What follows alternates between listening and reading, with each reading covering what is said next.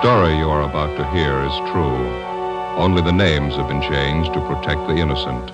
Fatima Cigarettes, best of all long cigarettes, brings you Dragnet.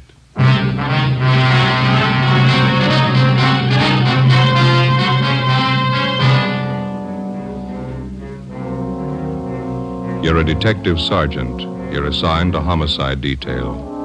A woman has disappeared, taken from her home by a man posing as a police officer. Your job, find her. If you want a long cigarette, smoke the best of all long cigarettes. Smoke extra mild Fatima. Yes, Fatima is the king-size cigarette which contains the finest Turkish and domestic tobaccos superbly blended to make it extra mild, to give Fatima a much different, much better flavor and aroma than any other long cigarette. That's why Fatima has more than doubled its smokers coast to coast. Enjoy extra mild Fatima yourself. Best of all, long cigarettes. It's wise to smoke extra mild Fatima. It's wise to smoke extra mild Fatima.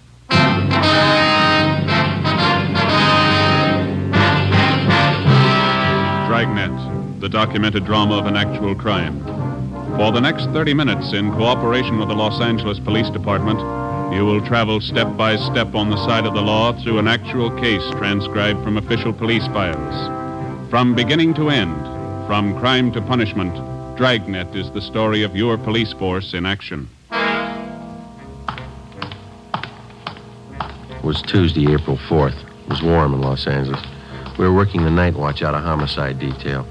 My partner's Ben Romero. The boss is Thad Brown, chief of detectives. My name's Friday. It was 10 minutes past 6 p.m. when I got to the basement of the city hall.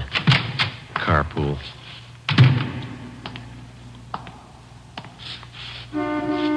Over here, Joe. Hi. Thad Brown will be down in a minute.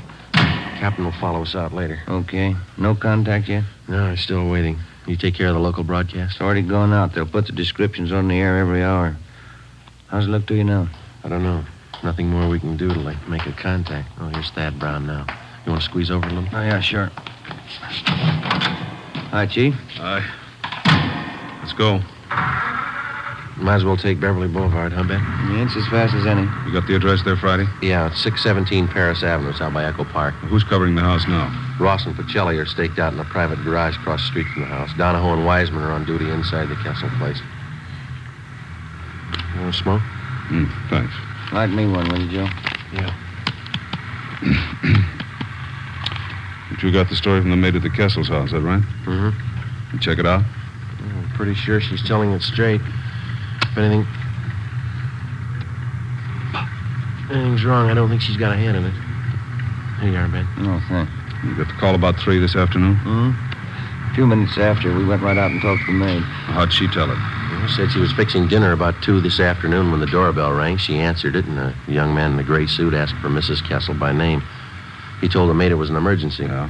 Well, the maid said Mrs. Kessel came to the door, and the man identified himself as a police officer. Told Mrs. Kessel her husband had been hurt in an accident, and she was to come right away. Man show his identification? Maid said no. Said Miss Kessel just took it for granted he was a cop. Yeah. Go ahead. Miss Kessel got her coat and left with the man. About an hour later, her husband, Professor Kessel, got home. He wasn't hurt. He hadn't been in an accident. He hadn't seen his wife. As soon as he heard from the maid what had happened, he got on the phone and called up. What's the background on the husband, this Professor Kessel? He's supposed to have quite a name. He's a professor of philosophy out at Simmons College, that small school out near Glendale. Oh, yeah. Devout man, president of one of the local synagogues. Sure about the maid's story, huh? Sure as we can be. She gave us a good description of the man who picked up Miss Kessel. I got it right here. Yeah. Here. White male, American, 25 to 30 years old, 6 feet, 170 to 80 pounds, gray suit, gray head, brown shoes. How about the car he used? Late model Chevrolet, dark blue, white sidewalls. That's all the maid could tell us. She didn't notice the license. You better cut over on Westlake. That'll take us past the detour, won't it? This Professor Kessel, has he been told what to do? Yeah, he's been briefed. We've had a couple of men with him since this thing broke. He's taking it pretty hard. How old a man is he? Oh, his late 30s. Wouldn't you say so, Ben? Pretty close to 40. Nice fellow. It's quiet. 2 kids in the family, just about school age, boy and a girl. This next one ought to be Paris Avenue. Yeah. There's a big gray house down there, Skipper, white trim. Don't park too close to the house. This ought to do it right here, don't you think? Yeah. What time you got? It's 6:15. Almost dark. Where's the garage our men are covering from? Can you see beyond that light pole there, the white stucco place? Oh, yeah. Next one here's a Kessel home. Doesn't look very rich. Neither do the Kessels. I don't think they got much money.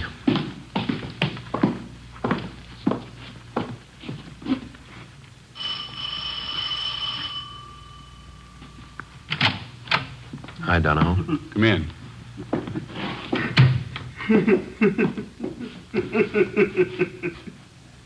That the husband? Yeah, I just got a phone call a couple of minutes ago. I listened on the extension. Who called? Tried to trace it. The guy wouldn't stay on the line long enough. What'd you say? Tell the cops to stay away. Said it twice, tell the cops to stay away. Yeah? Said if they don't, I'll kill her.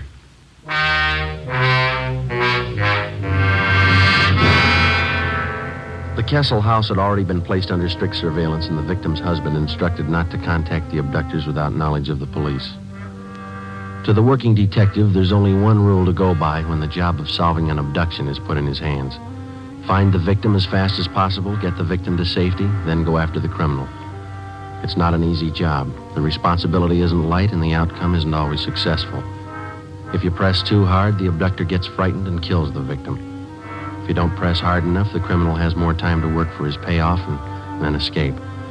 Somewhere between the two was the right answer. We had to find it.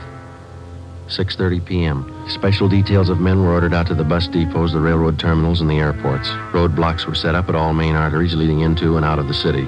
Every branch post office in Los Angeles was covered to watch for possible ransom notes addressed to Professor Kessel. 6:40 p.m. We met in the Kessel's living room. Chief, Wiseman? Professor Kessel will be down in a minute. Says he's sorry to keep you waiting. You feeling any better? A little. Phone call about his wife shook him up a bit. How about those people who came in a few minutes ago? Who are they? Relatives? Half a dozen of them. They're waiting back in the kitchen. Well, how'd they know about Mrs. Kessel? They didn't. They'd been invited to dinner. They didn't know anything was wrong till they got here. Mm-hmm. Kessel asked them to stay for the meal. Wants to keep up appearances for the sake of his kids. Doesn't want them to worry about their mother. The dinner that important to him? Well, tonight's the start of the Pesach, the Jewish religion, Passover. Oh, yeah. It's one of the big holidays. Oh, I see. Well, they started off with this dinner tonight. Is that the way? Yeah, big dinner. They call them Seders. Tonight they have the first Seder. Good evening. Sorry to keep you waiting. How are you? No, Professor? please sit down. We don't like to intrude on your privacy, Professor Kessel, but I think you can see it's necessary. Oh, yes, of course. I'm very grateful. If there's anything at all I can do to help. Do you have any idea who might be responsible for abducting your wife? That's what has me so confused. How do you mean, sir? Well, I'm sure I have people who don't like me, who don't like us, but someone who would take my wife who says they'll kill her? No, I don't know who it could be. How about the voice on the telephone, Professor? Did you recognize it at all? No, it didn't sound like anyone I knew. He talked so fast I could hardly understand the man. Do you think the person who took your wife has some other motive besides holding her for ransom? I can't understand that either. If it's money they want, why go after a teacher's wife? $1,500 in the bank, that's all I have. That and this house. How about your immediate family, Professor? Well, my wife, Ruth, her people have quite a bit. I guess you would call them rich. But it's their money, not mine. I can't understand why anyone would do it. For Ruth, if anything happened, children. Albert? I'm sorry. That's all right. We understand. Albert? Yes, Bertha, come in, would you, please? Gentlemen, this is my sister, Bertha. She's here with her husband for the Seder. How do you do? How are you? Albert, it's late. Sundown. It's time to start the kiddish. Oh, yes. All right, Bertha. You tell everyone to come to the table. I'll be right in. The officers will have the first Seder with us? Yes, Bertha. You please set them places. Huh? Yes, Albert. Say, we don't mean to intrude here. We can wait outside while you have your dinner. Oh, no, please.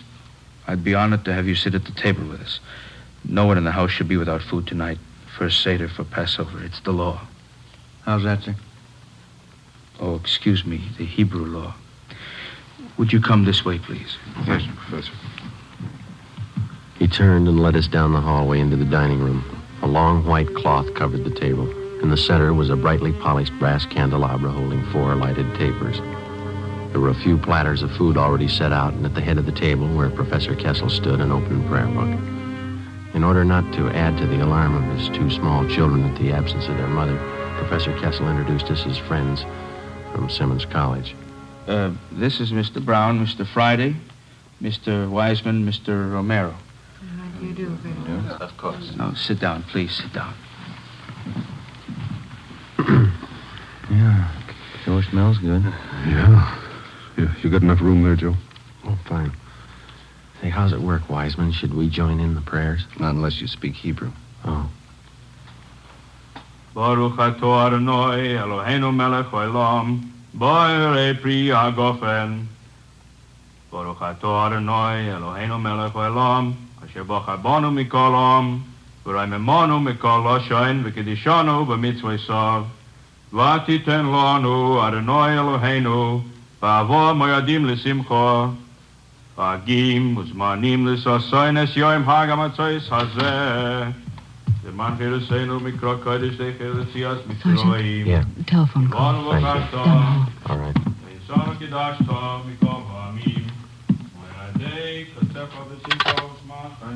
Friday talking. This is Lacey, Joe. Just got a call from the morgue. Yeah? They brought in the body a few minutes ago. They checked the description. Yeah? They think it's Mrs. Kessel. I went back into the dining room and told Chief Brown about the call. He told Professor Kessel. He said he'd finish as quickly as possible so as not to alarm the children and then go with us to the morgue to check the identity of the body. The prayers continued along with the dinner.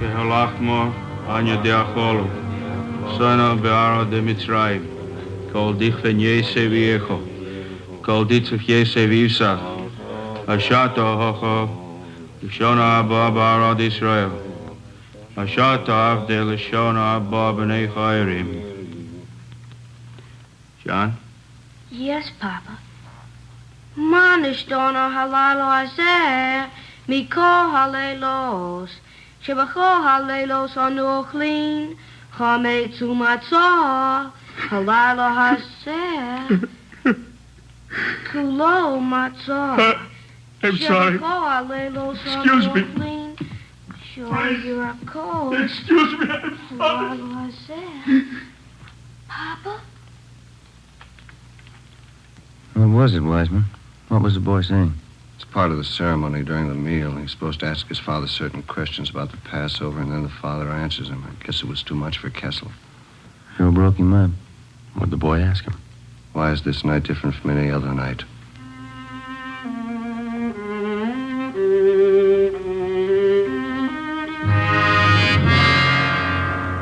"7:30 p.m. Sergeants Wiseman and Donahoe stayed on duty at the house while Chief Brown, Ben, and I drove Professor Kessel to the county morgue. On the way, we called in and checked with Captain Steed of Homicide. He told us there'd been no reports on Mrs. Kessel. 7:43 p.m. Ben and I took Kessel to the basement of the Hall of Justice, county morgue. This way, Professor. Oh, yes. You sure you feel up to it? Thank you. I'll be all right. Cold in here. Yes, sir. Hi, fellas. It's back here. Okay, Archie. This is Professor Kessel, Archie. How do you do? This way. Jane Doe, number 5. I called over as soon as they brought it in. Yeah, thank you. Found the body near Avenue 19, the riverbed, across from the auto cab. No identification? No. Here we are. All right.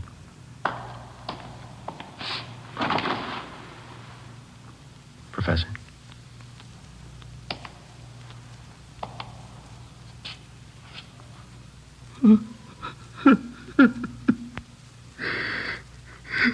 Thank God. Thank God.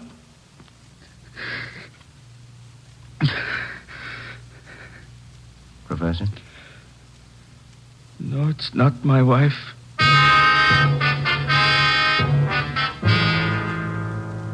It seemed as if both the victim and whoever had taken her had vanished completely.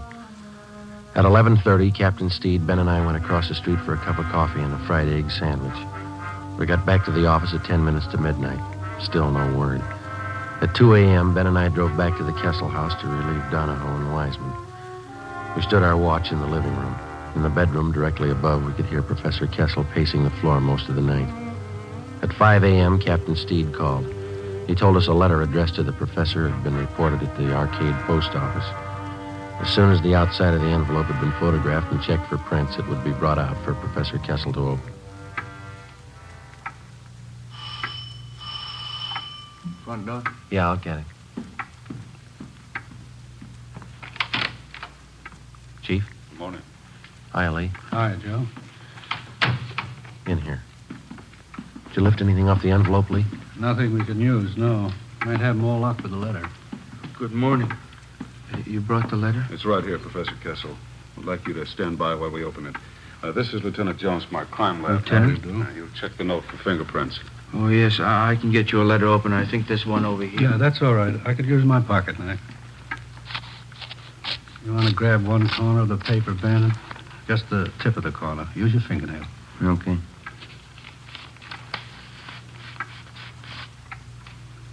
Yeah, that does it. Open it and pin down these corners here. What is it, Freddie? The words are put together with small printed letters. They all seem to be the same kind of typeface. Letters were probably clipped from a book, then pasted together to form these words. Who sent it? What does it say? Thanks, Lee. If you want to see your wife alive, have 30,000 small bills tonight. Tell police I kill her. Instructions follow in mail.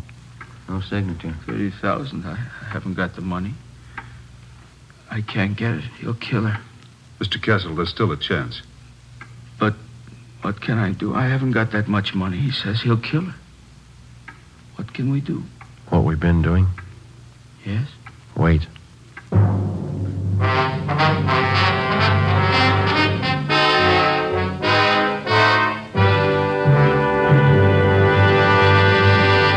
You are listening to Dragnet, the case history of a police investigation presented in the public interest by Fatima Cigarettes. Fatima, the long cigarette that has more than doubled its smokers coast to coast. And there's a very good reason for this amazing increase. Men and women everywhere are finding out it's wise to smoke extra mild Fatima. I agree, says Lee Silva, news reporter. I agree, says Jean Matson, airline stewardess. I agree, says Mike Charters, attorney at law. I agree, says Bab Beckwith, fashion stylist. Yes, all agree. It's wise to smoke extra mild Fatima. So enjoy extra mild Fatima yourself. The king-size cigarette, which contains the finest Turkish and domestic tobaccos, superbly blended to make it extra mild. You will prefer Fatima's much different, much better flavor and aroma. You will agree. It's wise to smoke extra mild Fatima. It's wise to smoke extra mild Fatima. Best of all, long cigarettes.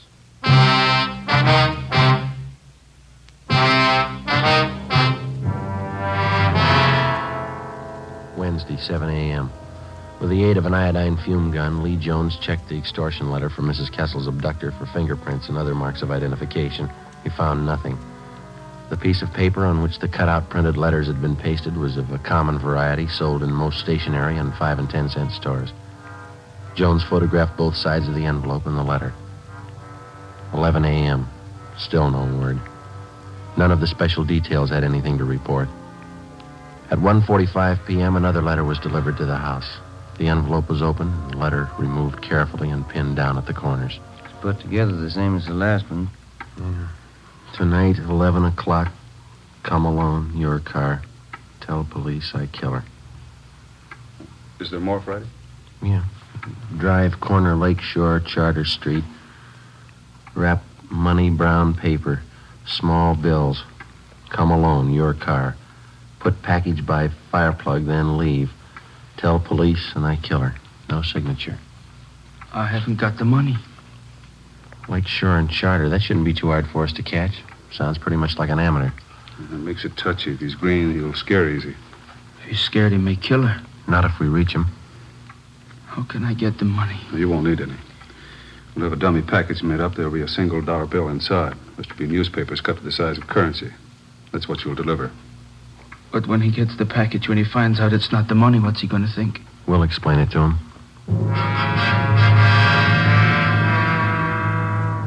Starting at 10 o'clock that night, more than a dozen cars from the Detective Bureau circled the area around Lakeside Avenue and Charter Street, keeping a distance ranging from 3/4 to a full mile away so as not to scare off the abductor. Some of the cars were parked in service stations, some in private driveways.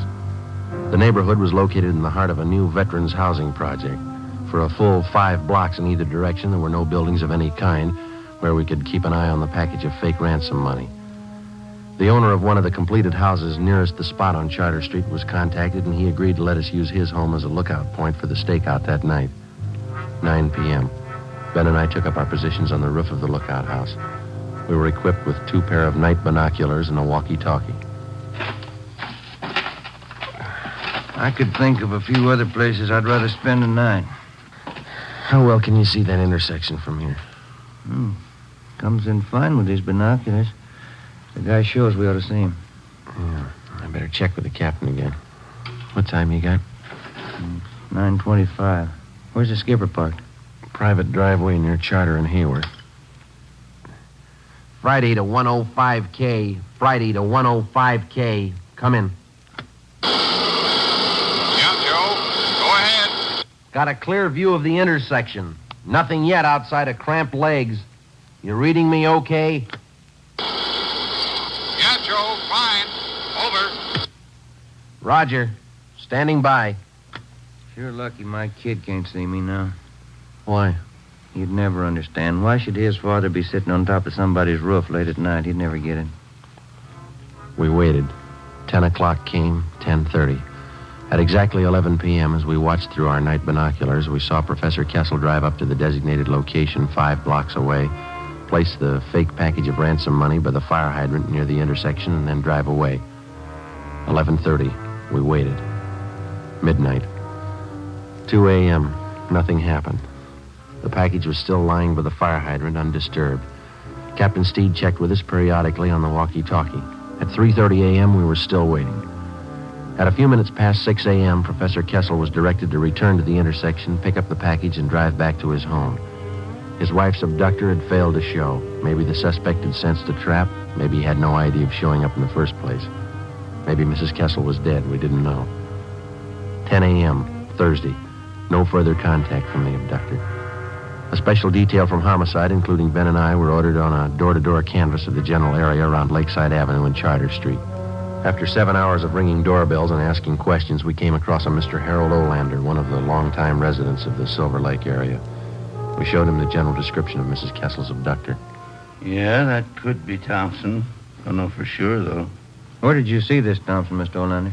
Oh, I saw him lots of times. He rents that cottage of mine down the street there.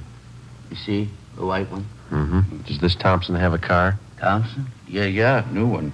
I wonder if you could describe it. Chevrolet, nice looking. Blue color, I think. Could be, Joe. Is Thompson in the house now, Mr. Olander? Nope. Saw him drive away early this morning. I can show you the house if it's official police business. It is. Well, come on, then. I got the key right here. Cottage is just down the block there. See the one I mean? The white one? Yes, sir. How long's Thompson been in the house? 2 weeks tomorrow. You noticed anything unusual about him? Nothing special. Comes and goes at odd hours. But then a lot of people do. I don't brag. It's this house right here. Does he usually keep all the blinds drawn? Yeah, now that you mention it. A lot of people do, I guess.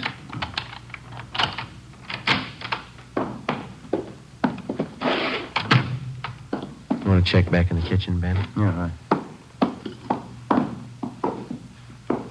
And look at the living room, Sergeant. Yeah. On a stick of furniture. That's funny. You sure you didn't see anybody else in this house besides Thompson? No, he's the only one. Looks like it, Joe. Found this woman's purse stuffed in one of the kitchen cabinets. This sales slip was in the purse. Let's see. Mrs. Albert Kessel. There a phone here, Mr. Olander? Out in the hall. All right.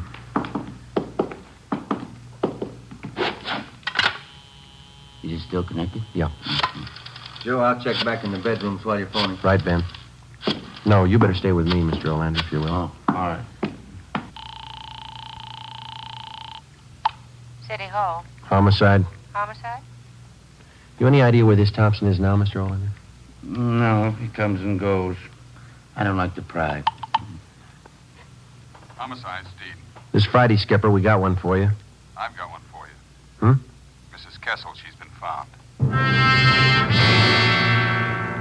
Mrs. Kessel was unharmed. She had no idea where she had been or why she had been suddenly released. All additional information which she could furnish on the suspect was immediately relayed to the entire state in an APB. 2 hours later, at a neighborhood garage Thompson patronized, we got his license number. We ran it through DMV and found the car was registered in the name of Charles Cottrell, 10115 Green Oak Drive, 7 p.m.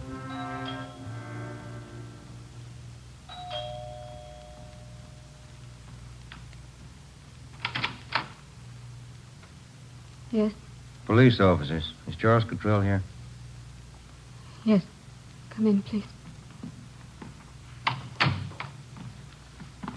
I knew you'd find him. I kept hoping, but I knew you'd find him. Where is he, ma'am? He'll give himself up. I'm his wife. I talked to him.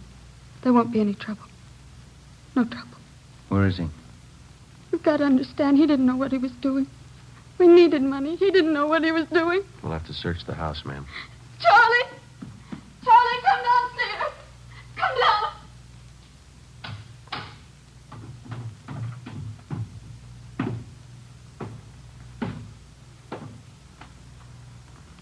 Get your hands behind your head. I don't have a gun. Charlie. All right, Ben. Behind your back. Tell him, Charlie. You didn't know what you were doing. Tell him. We needed the money. I thought it'd work. What'd I do wrong? Come on. Should have worked. I planned it all out. Where'd I make a mistake? When you thought of it.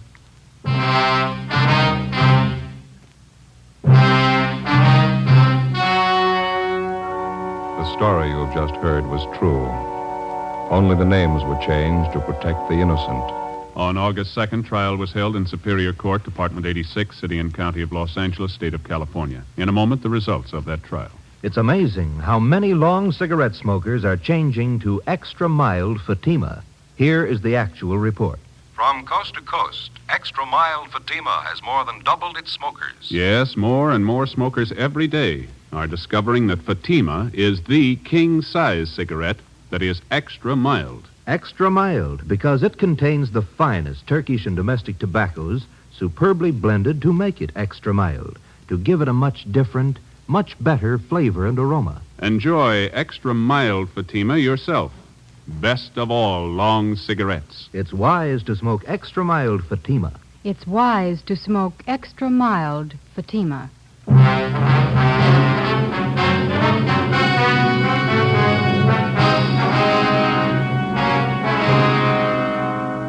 Charles Cottrell was tried and convicted of kidnapping and received the sentence as prescribed by law. He is now serving his term in the state penitentiary.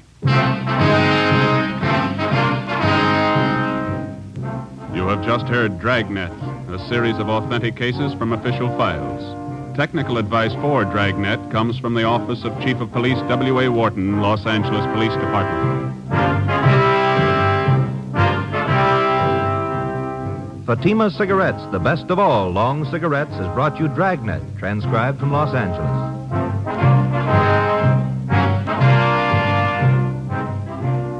Next, here's Sarah Berner in Sarah's Private Caper on NBC.